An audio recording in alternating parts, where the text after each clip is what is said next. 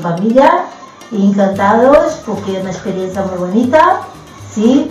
Y es una forma de cercanía a toda la gente que necesita cariño, amor y calor humano, ¿no? Lo que nos necesitamos, ¿no? Y que nosotros, que somos el país caliente, podemos también dar ese calor a vosotros de aquí.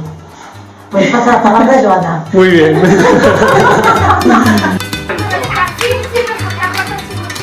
¡Qué bien!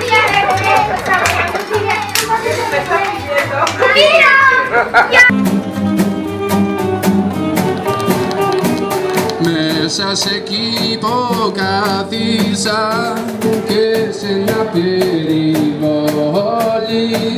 mi aquí a por